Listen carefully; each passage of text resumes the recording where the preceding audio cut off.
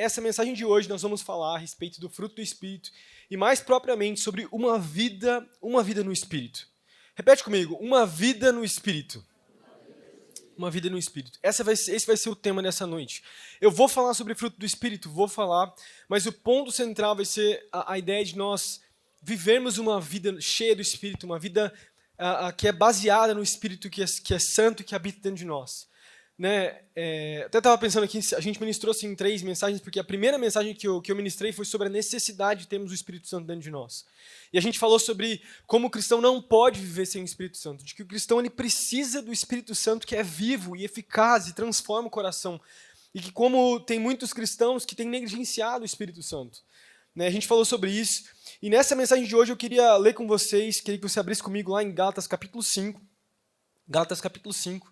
A gente vai caminhar um pouquinho por esse capítulo, mas nós não vamos ficar presos a esse capítulo. Nós vamos trabalhar outros versículos de outros textos, mas vai ser muito especial. Antes de eu começar a ler Gálatas capítulo 5, a gente vai ler a partir do versículo 13. Eu queria fazer uma oração para a gente continuar aqui. Queria convidar você a fechar os seus olhos para orarmos por essa palavra. Amém. Jesus, obrigado, Senhor, por essa noite. Obrigado pelo Teu Santo Espírito que está hoje aqui. Nós vamos ministrar, falar um pouco mais sobre o Teu Espírito Santo. Eu oro para que, Pai, Tu tenhas liberdade para falar aos nossos corações. Cada um de nós hoje aqui, que possamos ser transformados pela Tua palavra. Deus, que possamos ser transformados por Ti, Pai. Vem sobre nós, toca as nossas vidas. É o desejo dos nossos corações, que eu possa realmente nos encher nessa noite. Em nome de Jesus. Amém. Bom, essa noite está um pouquinho mais old school. Eu escrevi mesmo a mensagem, cara. Eu não coloquei no computador. Teve o casamento, né, do Anderson e da Daiane, que eu ministrei hoje à tarde. Foi muito corrido e não deu tempo de eu passar para o computador. Normalmente eu faço esquema devocional, depois eu passo para o computador. Mas não deu certo, tudo bem, a gente vai acompanhando. Abre lá comigo Gálatas capítulo 5, a gente vai ler a partir do versículo 13 até o versículo 17. A gente vai dar uma pausa, a gente vai continuar depois. Antes disso, vou parar só introduzir falando uma coisa. É uma verdade, quando nós usamos a expressão vida no Espírito, a maioria dos cristãos talvez, a gente pensa na ideia de que existe sim um Espírito Santo, que a gente é chamado a caminhar e viver nesse Espírito, mas quantos aqui acham que é sim um desafio você viver no Espírito? Quantos aqui acham? Eu acho, não é fácil. A gente vai ler aqui no capítulo 5 que Paulo vai listar as obras da carne e ele vai falar a respeito do fruto do Espírito. Ele vai citar várias coisas que na teoria são muito fáceis da gente viver. A gente pensa e olhando até para o fruto do Espírito, você começa a ver a lista que Paulo vai falar, aparentemente você fala assim, cara, eu consigo ser um Espírito Santo dentro de mim. Não, o homem é bom o suficiente para conseguir viver todas essas coisas. A gente já vai ler aqui. Mas nós vamos perceber que nessa mensagem, o meu objetivo com essa mensagem é mostrar que você só vai conseguir viver o fruto do Espírito de maneira plena se você depender do Espírito. E se você tiver comunhão com o Espírito. E você só vai deixar de viver as obras da carne. Ó a galera que estava no casamento aí, chegando. Que eu estava lá. Você só vai conseguir... Todo mundo olhou para lá, mas tudo bem. Você só vai conseguir vencer as obras da carne, viver pelo Espírito, se você tiver uma mente que é, saciada pelo Espírito, que é cheia do Espírito, que busca o Espírito. E a mensagem vai caminhar nessa linha. Eu quero trabalhar com vocês a ideia de que nós só vamos conseguir viver o que Paulo está falando se nós entendemos de todo o coração essa necessidade do Espírito Santo nas nossas vidas. Vamos lá, então. Gálatas capítulo 5, a partir do versículo 13, a gente vai ler. Vai ler um versículo, já vamos pular para o versículo 16. Fala assim, irmãos, vocês foram chamados para a liberdade, mas não usem a liberdade para dar ocasião à vontade da carne. Ao contrário, sirvam uns aos outros mediante o amor. Daí vamos pular para o versículo 16. Versículo 16. Por isso, digo, vivam pelo Espírito, e de modo nenhum satisfarão os desejos da carne, pois a carne deseja o que é contrário ao Espírito, e o Espírito deseja o que é contrário à carne. Eles estão em conflito um com o outro, de modo que vocês não fazem o que desejam. Mas, se vocês são guiados pelo Espírito, não estão debaixo da lei. Quero continuar com vocês aqui, a gente vai voltar, tá, pessoal da mídia? Nós vamos voltar para esse versículo 17 que eu falei para vocês. Versículo 19. Ora, as obras da carne são manifestas, a imoralidade sexual, a impureza, a libertinagem, a idolatria, a feitiçaria, o ódio, a discórdia, os ciúmes, a ira, o egoísmo, as dissensões, as facções, a inveja, a embriaguez, orgias e coisas semelhantes. Eu os advirto, como antes já os adverti, aqueles que praticam essas coisas não herdarão o reino de Deus. Olha que lista boa aí. Daí você pode falar, Paulo, eu não fiz nenhuma orgia essa semana. Pelo menos eu não, né? Não fiz orgia nenhuma essa semana, estou bem de imoralidade sexual, impureza, está tudo certo. Idolatria, eu não adorei nenhum ídolo, está tudo certo. Feitiçaria, não fiz nenhuma feitiçaria. Alguém aí fez alguma feitiçaria essa semana? Não? Ódio, discórdia, ciúmes? Aparentemente não. Ira, egoísmo, dissensões? Daí talvez, né? Com os filhos. Inveja, embriaguez, orgias? Não. Uma lista aparentemente grande. E você pode falar, nessa lista toda aí parece que aparentemente eu estou bem. Mas Paulo faz questão de colocar e coisas semelhantes. Velho, esse é o ponto central aí de que o que Paulo está falando não parou ali nessa lista. Tem muito mais. A lista seria infinita. De obras da carne que eu e você, muitas vezes, e ele está falando para cristãos, porque essa carta é uma carta para a igreja da Galácia, não é para não cristãos, não, ele está falando para cristãos. Olha, essas obras, se vocês viverem essas obras, né, e ele fala algo forte aqui, aqueles que praticam essas coisas não herdarão o reino de Deus. Olha que forte isso. Aparentemente você fala, eu já fiz isso, será que eu não vou para o reino de Deus, eu não vou para o céu? O que Paulo está falando aqui, só para a gente conseguir explicar um pouquinho melhor esse versículo, é aqueles que têm um estilo de vida consciente, deliberado, de viverem isso de maneira proposital e intencional.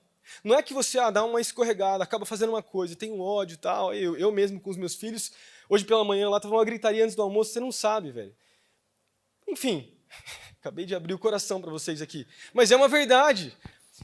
Paulo não está falando que se você cometer um pecado, você está ferrado, você não vai para o céu, velho. Quando vier o arrebatamento, você vai ficar aqui na terra, você está ferrado. Paulo não está falando isso. Paulo está falando que quem tem um estilo de vida deliberado, que busca intencionalmente viver conscientemente, fazendo essas coisas, você não vai herdar o reino de Deus. Por quê? Porque essa pessoa não é salva de verdade. Não foi salva por Cristo. Né? Ou ela está deixando, está se desviando para esse caminho. E Paulo está alertando isso. Daí ele continua, ele fala assim, versículo 22... Mas o fruto do Espírito é o amor, a alegria, a paz, olha que lindo essa lista, a paz, a paciência, a amabilidade, a bondade, a liberdade, mansidão, o domínio próprio, que falta tanto para todos nós. Contra essas coisas não há lei. Os que pertencem a Cristo Jesus crucificaram a carne, com as suas paixões e os seus desejos. Se vivemos pelo Espírito, andemos também pelo Espírito. Não sejamos presunçosos. Presunçoso é uma pessoa que comete um pecado intencionalmente, sabendo que aquilo é pecado. Não sejamos presunçosos, provocando uns aos outros e tendo inveja uns dos outros. Paramos aí no texto. Paulo faz uma lista, acabamos de ver. Ele lista as obras da carne e ele fala, quem vive essas coisas como estilo de vida, esse cara não vai para o céu. E depois ele lista, então, o fruto do Espírito, que é um só, como se fosse uma laranja com vários gomos. Ele vai listando várias coisas. E é muito legal porque, como eu falei antes, aparentemente você fala, eu consigo ver essas coisas sem Deus. Mas se você olhar intencionalmente aí para os nossos atos ao longo da nossa vida, ou mesmo no nosso dia, a gente vai perceber que a gente comete muitas dessa lista e muitas coisas que essa lista das obras da carne estão presentes aí nas nossas vidas. É muito fácil notar coisas erradas. Eu olho para a minha vida e eu falo, poxa, se eu colocar na balança as obras da carne, botar na balança aí o fruto do Espírito, caramba, viu? Pode ser que esteja equilibrada a coisa aí. Estou sendo bem sincero mais uma vez com vocês aqui. Olha só, o pastor falando isso. Mas é verdade.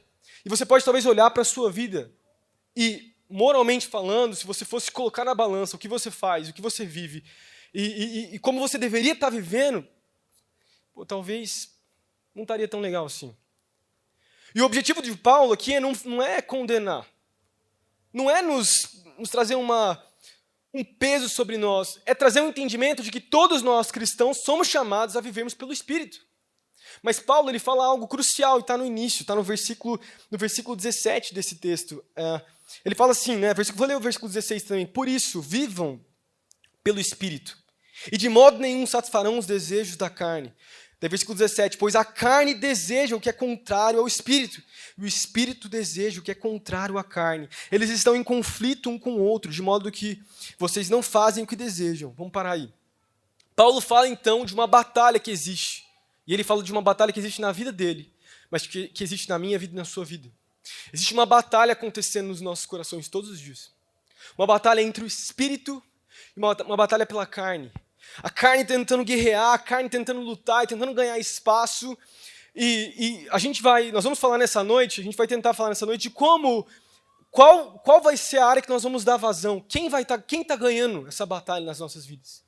Quem está ganhando? Mas o que eu quero pontuar, introduzindo aqui, é que todos nós temos essa natureza caída, esse homem interior que tende aos desejos pecaminosos. Tem uma teologia muito conhecida aí na internet, ou mesmo no meio das igrejas, que tenta dizer que depois que você foi redimido, depois que você foi salvo por Jesus, você não tem mais natureza caída. Você não tem mais natureza caída, está tudo certo. Aí a pergunta que eu faço para esses caras, porque uma vez eu postei na internet um negócio assim, e o cara vem me contestar, por que você não foi arrebatado ainda, se você não tem essa natureza caída? Porque, então você é um santo de Deus aqui, que devia estar subindo aos céus. O ponto é que todos nós, mesmo depois de sermos redimidos, salvos por Jesus, a gente continua caindo. A gente continua tendo áreas que a gente precisa trabalhar. A gente ainda tem essa natureza caída que luta por espaço. E dependendo do dia que nós estamos, essa luta é pior ainda, não é verdade? Porque tem dia que você se sente um santo maravilhoso, velho. Você se sente puro e, nossa, cara, hoje eu vou vencer, hoje nada vai me derrubar, velho. Hoje eu fiz minha devocional de manhã, tá tudo certo. Mas tem dia que você não consegue. Tem dia que toca o despertador ali, 45 minutos antes, para você fazer devocional, e você bate no relógio, bate no despertador como se ele fosse o demônio ali. Você fala, hoje não vou fazer devocional. E se acorda cansado, irritado, começa o dia já mal. Poxa, eu queria ter feito devocional hoje. Eu queria ter participado da live do pastor, às 6h45, mas não consegui participar. Sente mal, e acontece, e daí fica bravo no trânsito, solta uma palavra ou outra que não deveria ter soltado, você fica irritado. E parece que aquela santidade, aquele espírito que habita dentro de você, velho, ele saiu. Você fica até estranho, você não se sente salvo. Já usei esse argumento antes, né? Parece que você precisa ser salvo de novo naquele momento. Quem já se sentiu assim? Não precisa levantar a mão, não. Senão eu ia levantar também. Todo mundo aqui tem dias que você não se sente salvo. Você se sente, hoje eu preciso ser salvo novamente. Mas é legal a gente perceber que o próprio apóstolo Paulo, ele vai falar isso. Ele cita essa realidade, ele fala no início aqui, ele fala sobre uma luta, um conflito que existe. E Paulo vai falar em Romanos, no capítulo 7, ele vai citar essa mesma luta, essa mesma batalha, e alguns comentaristas vão dizer que talvez era Paulo no início da sua caminhada cristã, ou talvez era Paulo no meio da sua jornada, mas fato é que em Romanos capítulo 7, Paulo cita essa batalha na sua vida.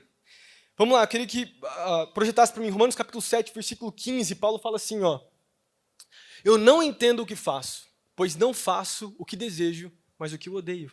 Puxa vida. Continue, pode passar para o próximo versículo. E se faço o que não desejo, admito que a lei é boa. Continua.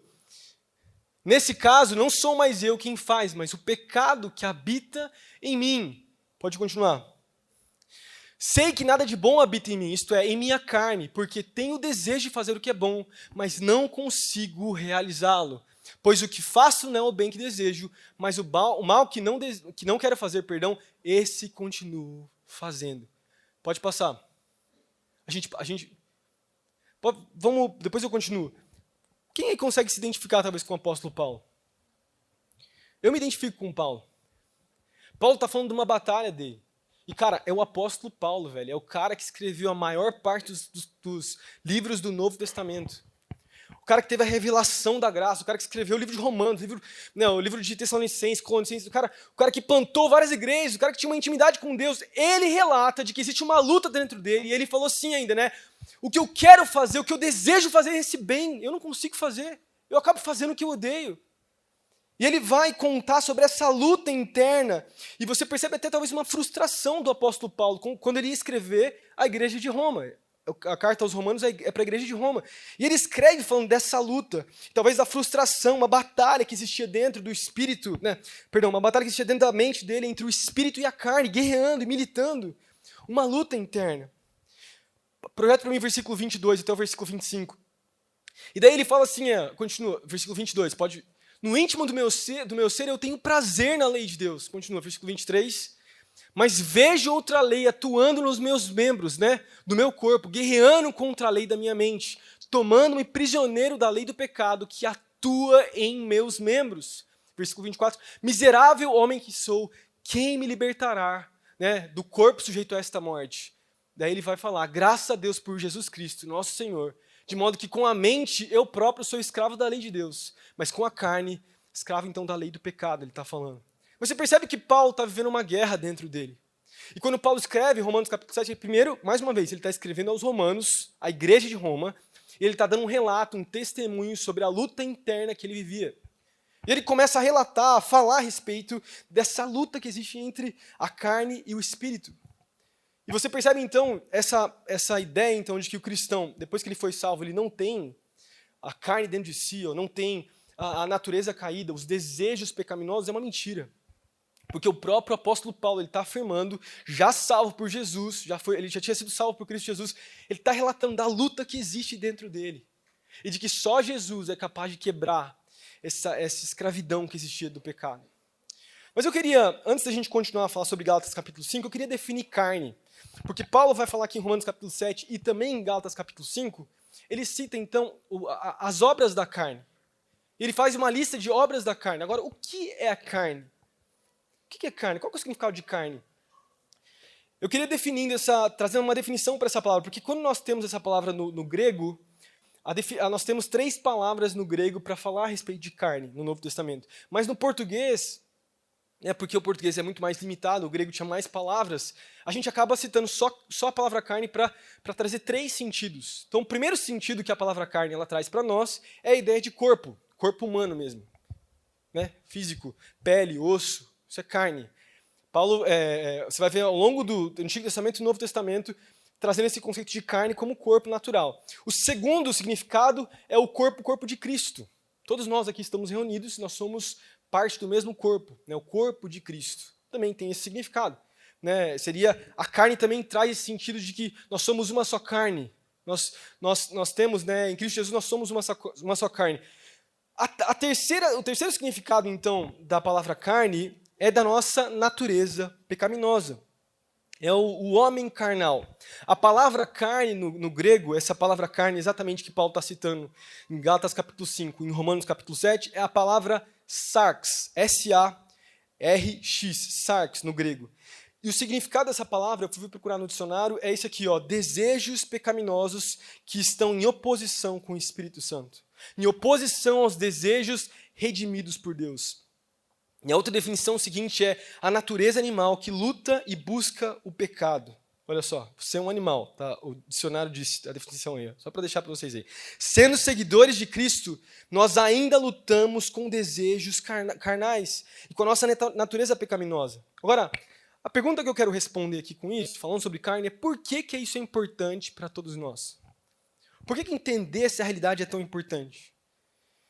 Porque quando você e eu, nós entendemos a respeito da carne, isso vai nos ajudar a perceber a fonte de mentiras e desejos pecaminosos que estão presentes dentro de mim e de você. E que esses desejos pecaminosos, mais uma vez, eles não foram resolvidos quando nós fomos salvos por Jesus. É ou não é verdade? Não ia ser lindo se você, no dia que você foi salvo, no dia que você foi batizado, cara, parou de ter tentação, velho. Não tem mais, está tudo certo. Mas essa não é a realidade. Nós ainda lutamos com isso. É o que o apóstolo Paulo fala em Romanos capítulo 8, versículos 6 e 7. Paulo fala assim, eu coloquei isso. A mentalidade da carne é morte, mas a mentalidade do espírito é vida e é paz. A mentalidade da carne é inimiga de Deus, porque não se submete à lei de Deus, nem pode fazê-lo. Então você percebe essa mentalidade agindo, né? Espírito ou carne? Em qual eu tenho andado? Para onde eu estou me inclinando? E essa é a pergunta que eu quero fazer para vocês hoje aqui. Para onde você tem se inclinado? Para a carne ou para o espírito? Para uma vida cheia do espírito ou para uma vida cheia de obras da carne? É uma luta interna, mas para onde você tem se inclinado? Você tem submetido a sua mente, né, às obras da carne ou uma vida cheia do espírito? Né? E é legal, porque eu queria... Tem um teólogo antigo do quarto século chamado Santo Agostinho. Já citei ele aqui antes. Santo Agostinho foi um dos pais da igreja. Ele foi pastor na igreja de Hipona, né? Foi bispo na igreja de Hipona. E Santo Agostinho ele escreveu várias partes da teologia cristã. Muita coisa ele escreveu. Mas ele trouxe uma definição de pecado e carne que eu acho muito interessante. Ele fala, Santo Agostinho ele vai dizer que carne são os desejos do homem desordenados. É como se os desejos do homem estivessem totalmente desordenados. Então vamos pensar. Deus te deu desejos. Deus te deu apetites. Deus te deu ambições. Né? E quando eles não são santificados e liderados pelo Espírito Santo, o que acontece? Os desejos são então desalinhados. Eles são distorcidos. Eles te levam à destruição. Deixa eu dar um exemplo um pouco mais claro. O trabalho. O desejo até de trabalhar. Se você não tem desejo para trabalhar, você tem que ter desejo por trabalhar. Você tem que crescer, entrar na realidade de todos nós aqui, deixar de ser menino aí e trabalhar. O trabalho, quando ele passa a... O desejo de trabalhar é algo bom, faz parte. Mas a partir do momento que ele se torna algo distorcido, ele tem maior valor, por exemplo, do que a família, do que Deus, do que os amigos. Por exemplo, tem cara que trabalha 24 horas por dia, o tempo todo está trabalhando. Isso é desordenado, isso está distorcido, isso não é a ideia que Deus desejou para você e para mim de trabalho. Né? Comida, por exemplo, também. Comida é um desejo bom. Deus deu o desejo de a gente comer, e não só comer por se alimentar, mas o apetite de você gostar de se alimentar. Poxa, quem gosta de um churrasco? Quem curte mais churrasco japonês, comer comida japonesa? Eu sou mais comida japonesa, um porco, alguma coisa assim, cara, eu gosto demais. Principalmente às noites, quando eu como churrasco de noite, não vai bem. Fico subindo, assim, sabe, de noite, vou deitar, parece que ainda está subindo a comida. Enfim, mas é bom demais. Só que quando o desejo por comida começa a ser desordenado, desalinhado, aí está errado. O sexo, desejo pelo sexo. O desejo do sexo, né, pelo sexo não é algo ruim. E foi Deus que criou o desejo pelo sexo. Olha só, pastor, os convidados aí, o pastor falando sobre sexo, meu Deus do céu. Eu estou falando sobre sexo. Foi Deus que criou o desejo pelo sexo. Só que quando os desejos são desalinhados, desordenados, desorganizados, ele passa a se tornar destruição para o homem. E é isso que nós vemos na nossa sociedade, no mundo. É uma epidemia, se você for pensar, uma epidemia cultural de um sexo desordenado, distorcido, destruído. Tudo é sexo. As músicas só falam sobre isso.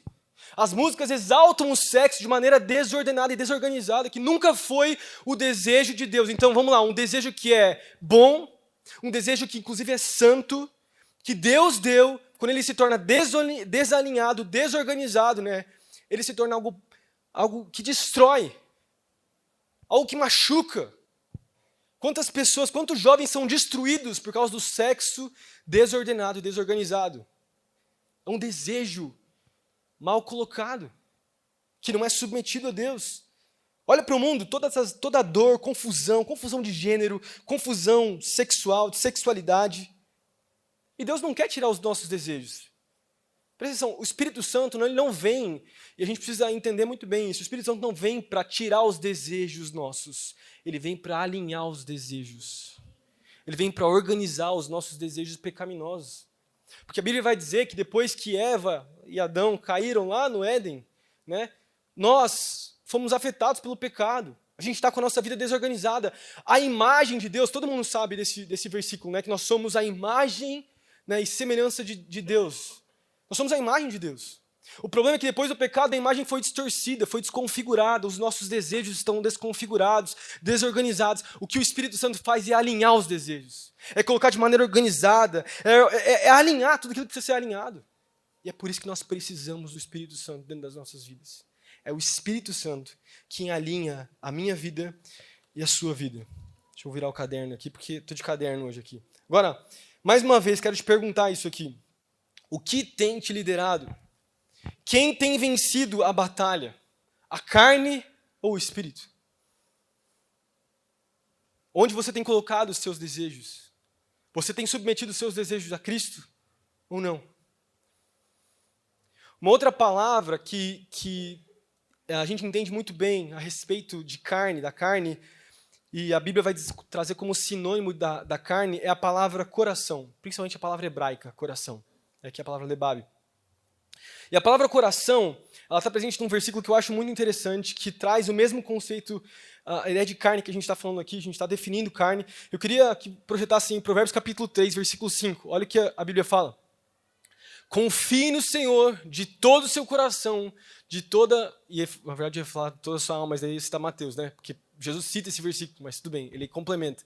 Confie no Senhor de todo o seu coração e não se apoie em seu próprio entendimento. Olha só o que o salmista está falando para nós aí.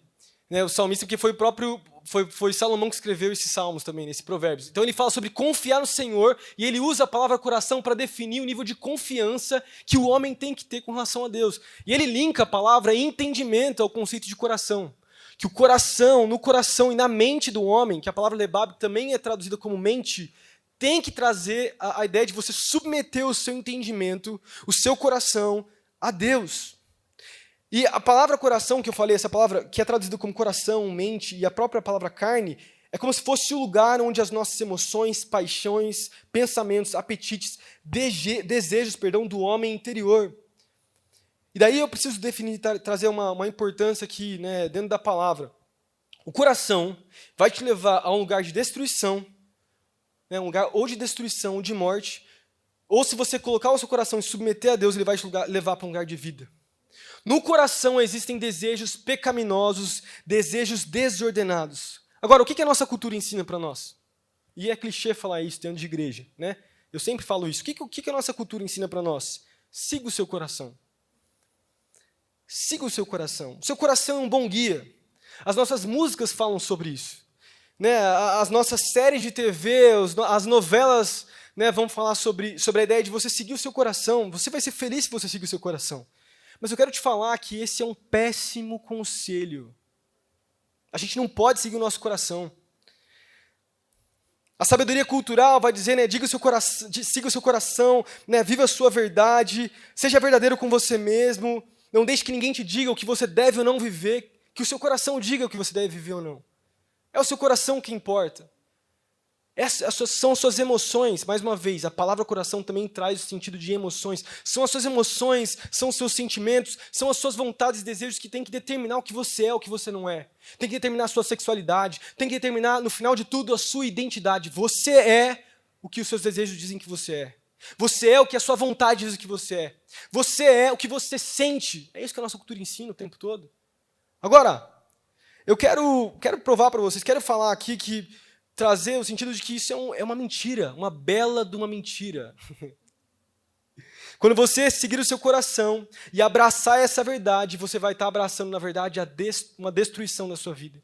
Porque os sentimentos mudam, porque as nossas vontades elas passam, porque as nossas emoções elas são como uma montanha-russa, que hoje está bem, amanhã está mal e está bem. Não são confiáveis, por quê? Porque o coração do homem ele não é confiável. Ele não é confiável. É por isso, por exemplo, que essa semana, aquela cantora lá, Demi Lovato, né? É isso. Ela decidiu que o pronome dela agora é outro. Ela não é...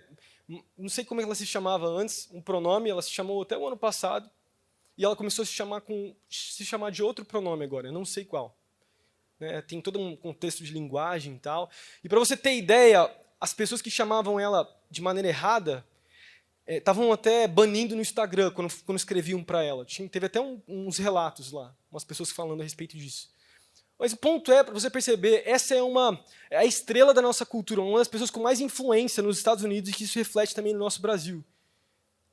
Você vê como é fluido?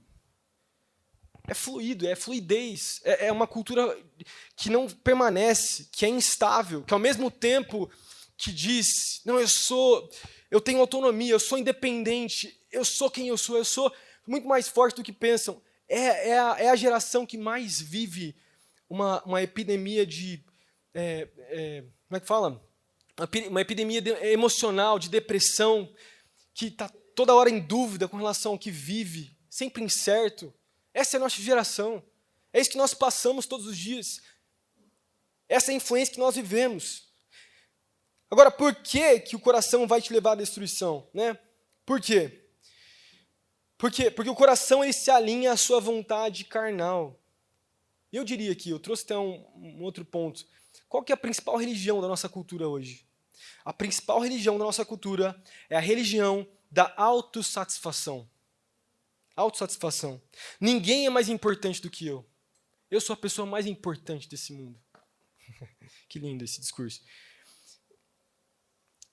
Ninguém é mais importante do que eu. Né? Eu alimento os meus desejos. E eu quero te falar isso, mais uma vez. Já citei um monte de coisa aqui que a nossa cultura fala. Isso é totalmente antibíblico. Isso é totalmente antibíblico. E sem perceber, muitas vezes, nós transferimos esse mesmo conceito, essa mesma ideia para dentro da igreja. E a gente lê as Escrituras, lê a palavra com esses mesmos olhos culturais, tentando enxergar dessa maneira. E a Bíblia não vai falar isso. Por quê? Por quê? Vamos pensar no que Jesus falou para nós. O que Jesus ele ensinou? Algumas frases de Jesus aí, que hoje não fariam, Jesus é amor, Jesus é lindo, mestre moral. Nossa cultura até abraça Jesus, artistas famosos, músicos famosos falam sobre Cristo e tal. Mas o que Jesus realmente falou para nós? Algumas frases. Jesus falou, negue-se a si mesmo.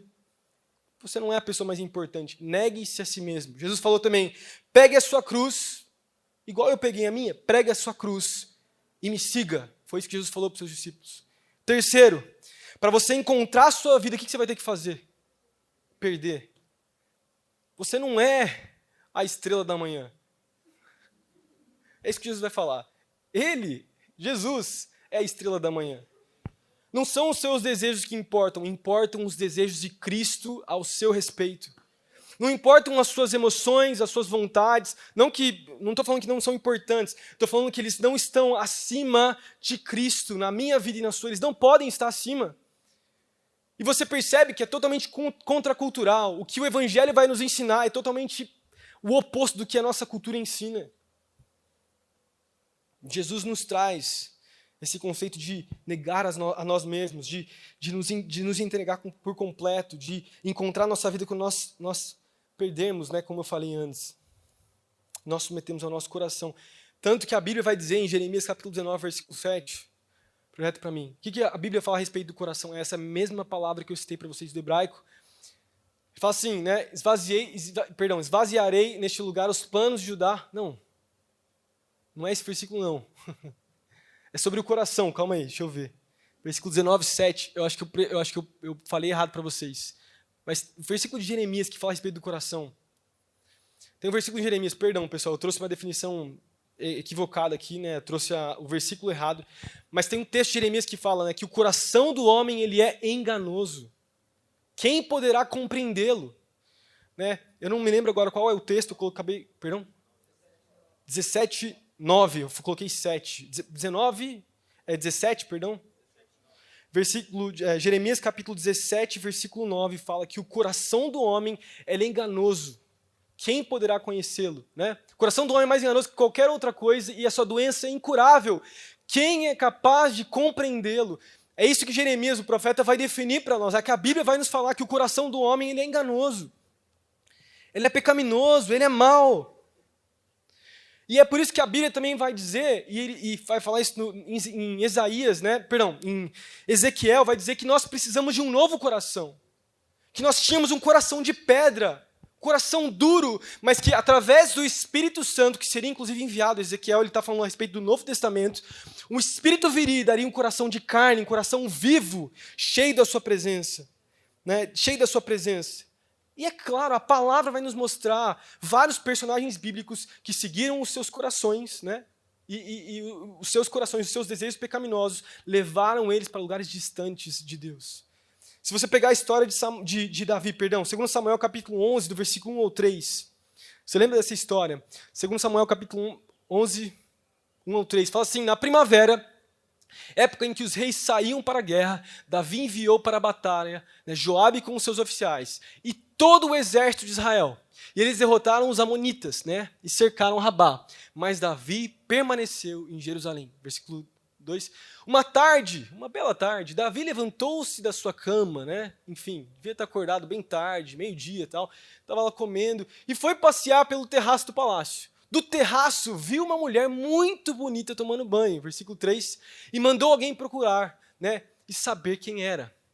E disseram, né, a ele, é Batseba, filha de Eliã e mulher de Urias, o Hitita. Vamos parar aí. E o resto da história você conhece. A Bíblia vai falar que Davi manda trazer essa mulher. Davi, o grande rei, o cara que mais escreveu os salmos, né, ali no Antigo Testamento, que foi considerado um homem segundo o coração de Deus. Você conhece a história. Ele manda chamar Batseba. Ele dorme com essa mulher, né, e essa mulher engravida. E para poder resolver o problema que ele criou, o que ele faz? Ele chama Urias para voltar da guerra, que estava batalhando a batalha que ele devia estar lutando. Ele chama Urias para voltar, porque assim ele ia conseguir resolver. Tentar talvez trazer Urias para dormir com a sua esposa e tentar talvez parecer que o filho não era dele, mas sim de Urias. Mas o que acontece? Urias, sendo mais justo que o próprio rei Davi, ele decide dormir nas portas do palácio, porque ele queria guerrear.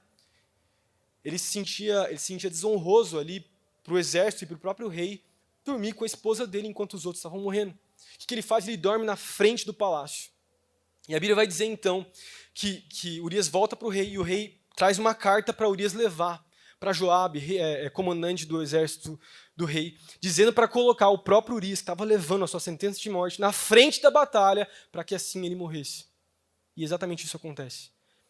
Urias morre de maneira honrosa, lutando pelo rei, e Betseba, então, é trazida então, para se casar com o rei Davi. A Bíblia é muito clara em trazer e mostrar os erros dos grandes homens de Deus. Ela não expõe os grandes, não expõe, né, não deixa de expor, perdão, os erros do passado. Inclusive para nós aprendermos. Mas a gente percebe que Davi, ele seguiu o seu coração. Ele seguiu a sua vontade. Ele seguiu aquilo que ele estava sentindo. Ele fez o que ele não deveria ter feito. E ele estava no lugar onde ele não deveria estar. Mas a gente percebe claramente essa mesma batalha que Paulo vai citar no Novo Testamento, também acontecendo com Davi no Antigo Testamento. Ele deu espaço para a sua carne, para a sua vontade. Aquilo que ele não deveria estar fazendo, ele fez. E olha só a história. Um momento de lascívia, um desejo do coração que a gente falou antes, pecaminoso, um desejo distorcido, levou a um adultério. E do adultério, depois de cometido, levou a ele ao assassinato. Isso é o que o pecado faz. Ele pede cada vez mais. E é isso que um coração pecaminoso também nos faz viver. Agora, a gente já consegue perceber, né? A gente vê que Davi ficou em casa. Ele estava no lugar errado, na hora errada, fazendo a coisa errada.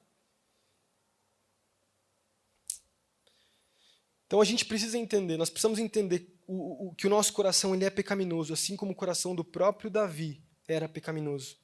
João capítulo 6, versículo 63, fala assim: o Espírito dá vida, mas a carne não produz nada que se aproveite. As palavras que eu lhes disse, né, são Espírito e vida. Jesus estava falando isso aos seus discípulos, quer dizer, a carne não produz nada de bom, nada que se aproveite. Próximo versículo, Gálatas capítulo 6, versículo 8. Paulo também fala em Gálatas capítulo 6, versículo 8, quem semeia para a sua carne, da carne colherá a destruição. Mas quem semeia para o Espírito, do Espírito, colherá a vida eterna. Olha o que Paulo está falando, que precioso. Ele está trazendo importância, ou dando importância para os nossos atos. Se você semear, se você buscar, se você intencionalmente, né, você semear as coisas da carne, você vai colher destruição. E foi isso que Davi colheu. É isso que eu e você nós colhemos, quando nós semeamos para a nossa carne. Quantas coisas nós colhemos. É engraçado a gente pensar que, aparentemente, quando a gente quer fazer algo de errado, né, principalmente nessa parte moral, a gente pensa nos prazeres do momento. Porque o que o diabo tem para oferecer para nós, realmente, no momento, parece muito prazeroso. É ou não é verdade? O diabo não vem com algo ruim para nós, aparentemente. A capa é muito bonita, mas depois daquele primeiro passo, a gente colhe destruição. A gente colhe morte, a gente colhe distância, nós somos destruídos pela carne. O pecado é como um buraco que cada vez mais ele te puxa para dentro. Ele te leva para mais longe, mais distante de Deus. E é por isso que Paulo está falando que para você viver no Espírito, você precisa semear no Espírito. Como que a gente vai conseguir viver no Espírito se estamos semeando para a carne? Como que nós vamos conseguir viver pelo Espírito de Deus se estamos semeando as coisas da carne? E eu queria responder essa pergunta então. A gente vai voltar para Gálatas capítulo 5 agora. Eu queria responder essa pergunta aqui para nós. Como viver no Espírito? Como viver no Espírito? Como que a gente consegue viver, como Paulo fala aqui em Gálatas capítulo 5, versículo 16, por isso digo, vivam pelo Espírito, e de modo nenhum satisfarão os desejos da carne. O primeiro ponto que eu queria deixar para nós nessa noite é que viver no Espírito é se encher do Espírito todas as manhãs. Todos os dias, poderia colocar em vez das manhãs. Para aqueles que dormem um pouco mais e têm dificuldade, talvez, pelas manhãs. Você que não entra no nosso devocional, hein? Faça devocional à noite. Se encha do Espírito todas as manhãs. Passe tempo com Deus. Né? Efésios capítulo 5, versículo 18. Eu já citei esse versículo antes aqui numa palavra. Né? Por isso digo, vivam pelo Espírito. Né? Cadê? Perdão, estava lendo errado. Não se embriaguem com o vinho que leva à libertinagem, mas deixem-se encher pelo Espírito Santo. Né? Vamos lembrar, eu falei sobre esse texto antes, eu disse, e eu trouxe aqui uma referência, eu preguei inclusive no culto e preguei aqui nos jovens, sobre como uma pessoa que está chapada, né, um cara bêbado aí, ele, pela manhã, ele volta a ficar sóbrio. Ele bebe no dia anterior, ele fica chapado no momento. Mas para ele ficar de novo bêbado, ele precisa beber de novo. Mas é a mesma coisa para o Espírito Santo. A analogia que Paulo está falando é que, primeiro, quando você está cheio de vinho, você não tem controle do seu corpo. Quando nós estamos cheios do Espírito Santo, nós também não temos controle das nossas vidas. É o Espírito nos liderando. Mas, ao mesmo tempo, também traz o conceito de que a gente precisa se encher todos os dias. Porque assim como um bêbado ele perde a embriaguez, nós precisamos nos encher constantemente. Né? A palavra, inclusive, ser cheio, é a palavra grega chamada piero, P-I-E-R-O-O, que significa se encher continuamente. Se encher continuamente. E você pode falar para mim, mas pastor, eu já fui batizado lá em 1998. Eu estava no Manaim. E o pastor Corsini botou as mãos e eu fui batizado. Amém, você foi batizado em 2010. No Espírito Santo, você falou em línguas, glória a Deus por isso. Aleluia. Mas deixa eu te falar, mesmo assim, a gente precisa de continuamente ser cheios. A palavra está falando, o enchimento ele precisa ser diário. Não é só uma vez que nós somos cheios. É todos os dias, é como se você tivesse uma vasilha, né? Eu ia fazer essa ilustração, por causa da correria não deu, os meninos, difícil, botando a culpa dos meninos mais uma vez. Tá uma bacia aqui, tem uma coisa cheia de água. Você pega uma peneira e você vai encher. Ou pensa numa peneira que talvez que segure mais, ou uma outra ilustração bem ridícula aqui, mas tudo bem. Pega uma meia e você enche de água. A água vai vazar mais devagar, como se fosse... enfim, tudo bem. Está bem simples aqui, mas tudo bem. A água vaza devagar, mas ela vaza. Você não vai conseguir sustentar tudo. Você precisa constantemente ser cheio. Se você se encheu ontem, hoje você precisa se encher novamente. Se você se encheu semana passada, você precisa se encher de novo. Não vai ser suficiente. Nós precisamos nos encher. Porque ao mesmo tempo que nós estamos sendo cheios do Espírito Santo, nós também estamos nos enchendo do lixo cultural que a gente vive todo dia. A gente se enche o tempo todo de séries, filmes, músicas, conversas que muitas vezes não glorificam a Deus. A gente é cheio dessas coisas, a gente nem percebe. Você se alimenta, você sabe disso, que você se alimenta das suas conversas, que o seu espírito e a sua carne são influenciados pelas conversas que você tem, pelos momentos que, as coisas que você assiste, as músicas que você ouve, tudo isso enche você. Então, ao mesmo tempo que você é cheio disso, entenda, quando o Espírito te enche, ele limpa esse lixo do mundo. E ele te faz novo novamente. Acontece que Romanos capítulo 12, versículo 1 fala para nós somos renovados a nossa mente. Todas as porcarias desse mundo vão embora. Né? E o problema é que nós não conseguimos satisfazer a Deus, nos encher de Deus, buscar a Deus, porque nós estamos, mais uma vez, nos enchendo somente dessas coisas. Ou, se formos comparar o tempo que nós passamos nos enchendo com as coisas desse mundo, que muitas vezes não são nem pecaminosas, tá, pessoal? Eu falei, talvez, de maneira mais negativa, mas tem filmes que não fazem mal para nós, naturalmente falando. Ou músicas. Eu não estou falando que tudo faz mal, mas eu estou falando que eles também ocupam um espaço de importância nas nossas vidas. E sem perceber, o nosso apetite é mudado. A gente para de ter vontade de nos alimentar da palavra. Ou a gente gasta muito mais tempo nessas coisas do que na Bíblia, na oração.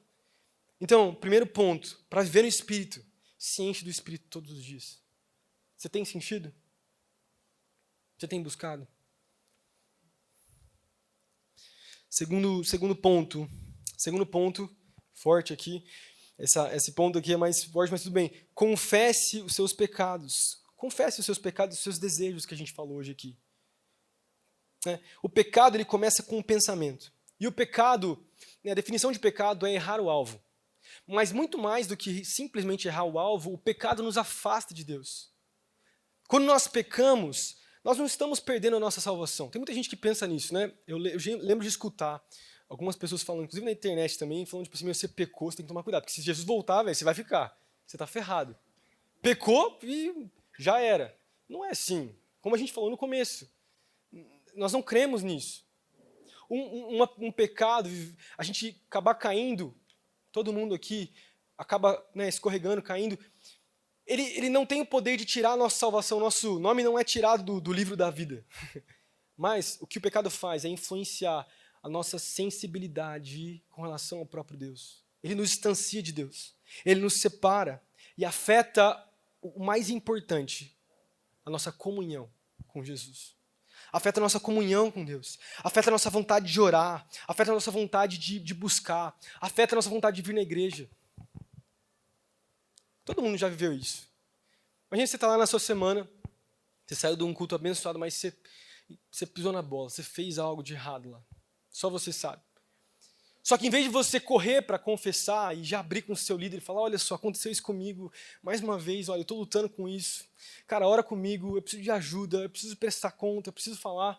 Você fala, não, eu vou segurar isso para mim, ninguém precisa saber. Ninguém precisa saber. E você se mantém, você sem perceber, você senta na lama, na sujeira. Você permanece naquele lugar de podridão e doença, né, e morte. E sem perceber, como eu falei antes, os seus apetites não vão mudando e você não tem desejo. Daí chega no momento de vir para a célula, para vir para o culto, para vir nas coisas da igreja, você não tem vontade. Por que você não tem vontade? Você não está se alimentando do Espírito, você está alimentando a sua carne. Ou muitas vezes nós vivemos o primeiro ali, o pecado, e daí já decidi, vou chutar o balde mesmo aqui, eu vou fazer de uma vez, vou entrar de uma vez nisso, depois eu volto. Cara, esse lugar de destruição não é o que Deus tem para nós. Não é o que Jesus tem para mim e para você. Se queremos viver pelo Espírito, se queremos viver amando Jesus, nós precisamos alimentar o nosso tempo com Jesus. E primeiro, confessar, abrir a nossa vida, falar.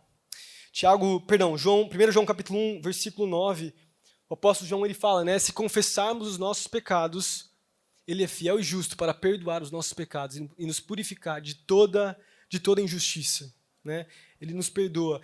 Tiago capítulo 5, versículo 16, também Tiago, ele continua falando que, portanto, confessem os seus pecados uns aos outros e orem uns pelos outros para que sejam curados. A oração de um justo é poderosa e é eficaz, né? Entenda isso, quando você confessa o seu pecado, você abre o seu coração, você não está fazendo isso para ser perdoado, porque quem perdoa é Deus.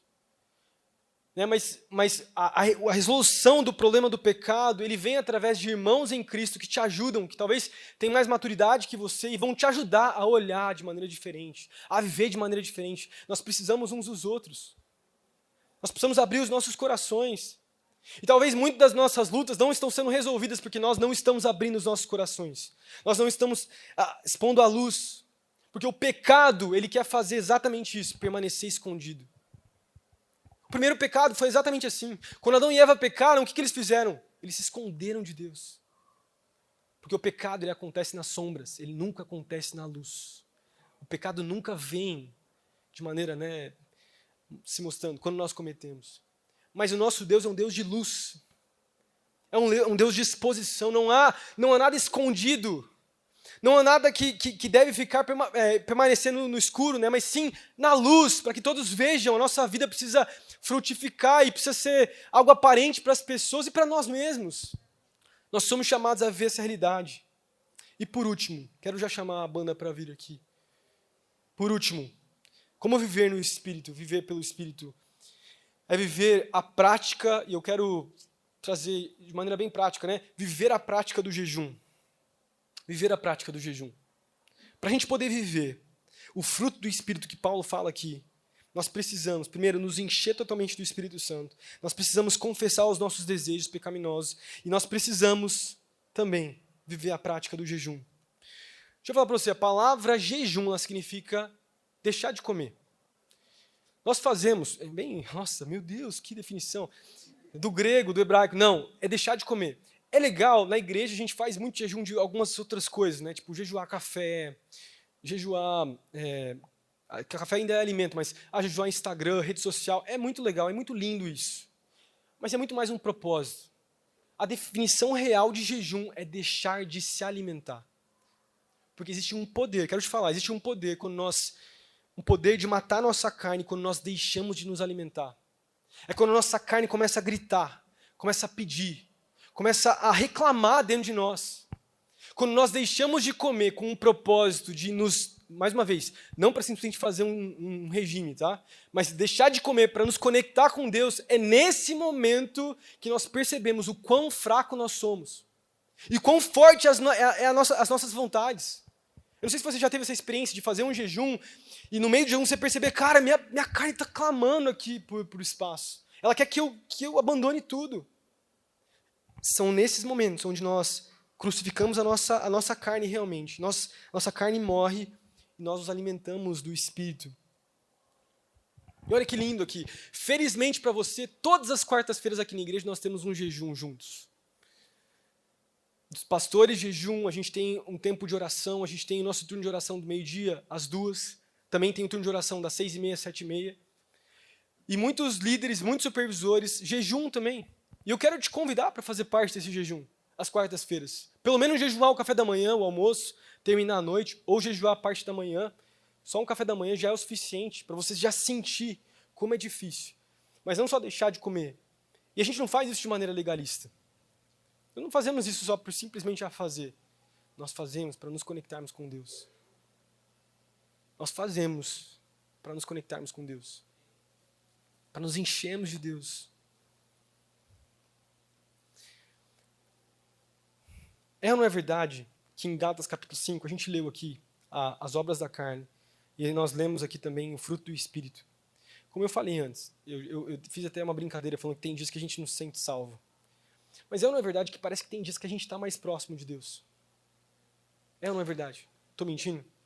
Sabe que a gente está realmente próximo de Deus nesses dias. Não é mentira. Nós estamos mais sensíveis. Nós estamos escutando mais a voz de Deus. A gente sai de um acampamento, de uma conferência, porque a gente realmente escutou Deus naqueles dias. E nós estamos profundamente conectados com Deus, mais sensíveis, nos aproximamos dele, a gente sai de um culto cheio da presença de Deus, a gente se sente bem.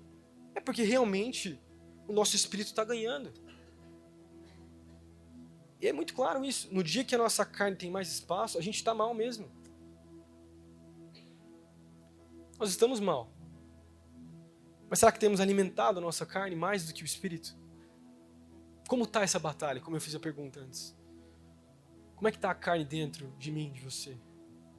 Quem está ganhando a batalha? Sabe, não tem ponto neutro, assim, tipo... Não tem WO, assim, tipo, não, WO. Ninguém venceu. Não tem uma posição de neutralidade, tá tudo certo, metade, não. Ou a carne está vencendo, ou o espírito está vencendo. Ou é um, ou é outro. E nós somos chamados a alimentar essa vida no espírito. Viver no espírito é não satisfazer os desejos da carne. E não vivemos as obras da carne. Quero te lembrar nessa noite isso. Eu sinto o Espírito Santo, ele nos conduzindo para esse lugar. Existe uma geração que vai crucificar a carne mesmo. Deus está chamando você e está me chamando a crucificarmos a nossa carne, nos aproximarmos de Deus. Eu não sei como é que está a sua vida com Jesus. Eu não sei o que você tem vivido, quais têm sido os seus desafios, o que você tem enfrentado. Mas uma coisa eu sei. Deus, ele quer falar comigo e com você. E Deus, ele tem falado, mas talvez a gente não está sensível o suficiente para escutar a sua voz. Talvez faz tempo que você não para abre a sua Bíblia, fecha os olhos e fala: Deus, eu quero escutar a tua voz. E eu vou ficar aqui até eu escutar a tua voz. Eu não vou sair enquanto eu não escutar a tua voz. Eu não vou deixar nada tomar a minha atenção. Nada vai tomar minha atenção. E o mundo está tentando conquistar nossa atenção o tempo todo. É ou não é verdade? O tempo inteiro tentando puxar nossa atenção. É o celular, é a TV. É engraçado porque o nosso filho Gessé, é impressionante como uma criança de 5 anos ela luta com a atenção. O Gessé acho que mais, né? Porque ele é homem e não sei, tem um agravante dele também. Porque ele luta com a atenção dele é seletiva, velho. Tipo, ele tá fazendo uma coisa e você fala: Gessé. E ele não escuta você, mas você fala chocolate, ele vira. É uma atenção, é impressionante. Tem algo especial na palavra chocolate, ou sorvete, ou doce, não sei. A atenção dele, automaticamente, ele é levado para o lugar, assim. E a gente vive assim também. A gente abre a nossa Bíblia para a gente fazer devocional. De repente, toca lá, mostra a mensagem. Aí você fica com o olho ali. Você vai, vou só responder rapidinho. Você clica.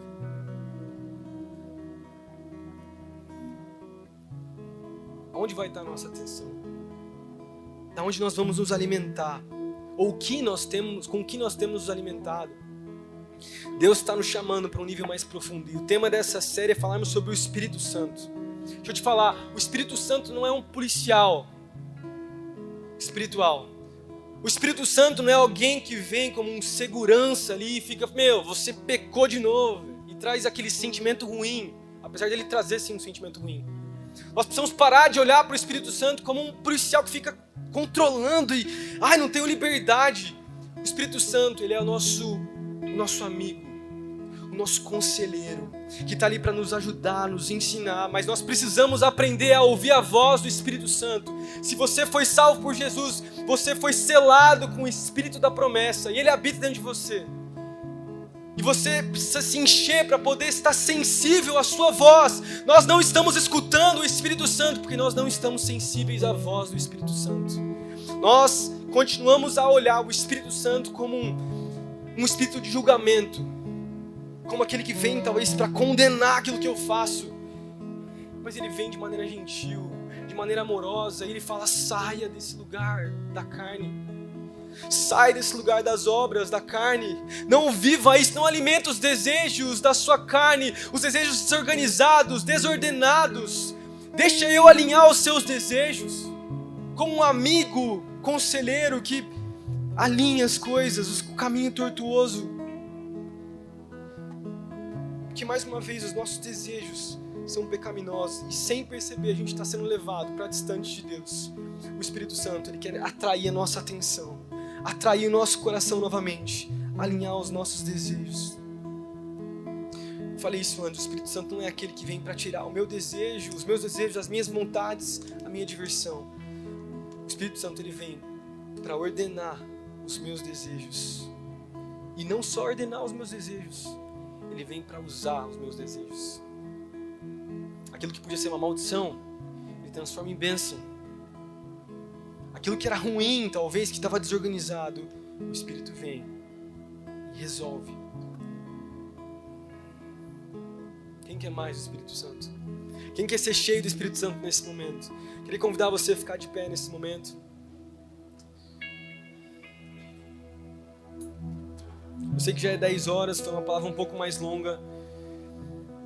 Eu queria só 5 minutos mais, pra gente finalizar.